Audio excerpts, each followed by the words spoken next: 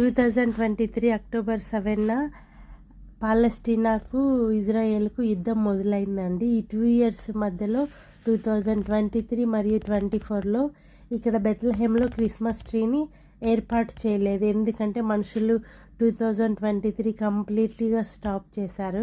2024లో వెళ్ళారు కొద్దిమంది, అప్పుడు క్రిస్మస్ ట్రీ పెట్టలేదు. లాస్ట్ ఇయర్ నేను కూడా 2024 క్రిస్మస్కి వెళ్ళింటిని, అప్పుడు క్రిస్మస్ ట్రీ పెట్టలేదు. ఇప్పుడు 2025లో క్రిస్మస్ ట్రీ పెట్టడం వల్ల బెత్లెహేమ్లోని చాలా అందం వచ్చింది.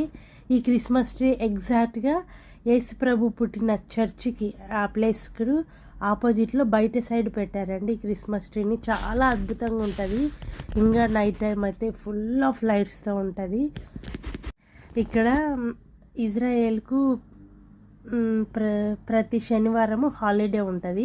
ఇజ్రాయెల్ ఎవరెవరైతే వర్క్ చేస్తారో, ఇండియన్స్ కానీ, ఫిలిప్పీన్స్ కానీ, చాలామంది ఉజ్బెకిస్తాన్ వాళ్ళు, మాల్టా వాళ్ళు చాలామంది వర్క్ చేస్తారు. వాళ్ళందరూ ఇట్లా సాటర్డేకి ఇట్లా బెత్లెహేమ్కు వస్తారు. ఇది క్రిస్మస్ ట్రీని బెత్లెహేమ్లో డిసెంబర్ 1st వీక్లోనే పెట్టిన్నారు. చాలా బాగుంది చూడండి. క్రిస్మస్ ట్రీకి ముందు పక్కల ఇట్లా క్రిబ్ కూడా అరేంజ్ చేస్తారు. మీకు ఈ వీడియో నచ్చినట్లయితే లైక్ చేసి సబ్స్క్రైబ్ చేసుకోండి. మరియు ఇలాంటి మరిన్ని వీడియోలు, ఇంకా మీకు ఏమైనా ఇజ్రాయెల్లో కానీ ఏమైనా మీకు డౌట్స్ ఉంటే కింద కమెంట్స్ చేయండి, దానికి నేను మీకు ఆన్సర్ ఇస్తాను. Thank you for watching. ఇలాంటి గొప్ప గొప్ప విషయాలు ఇది పార్ట్ 1గా ఉంటుంది. మరిన్ని రాబోయే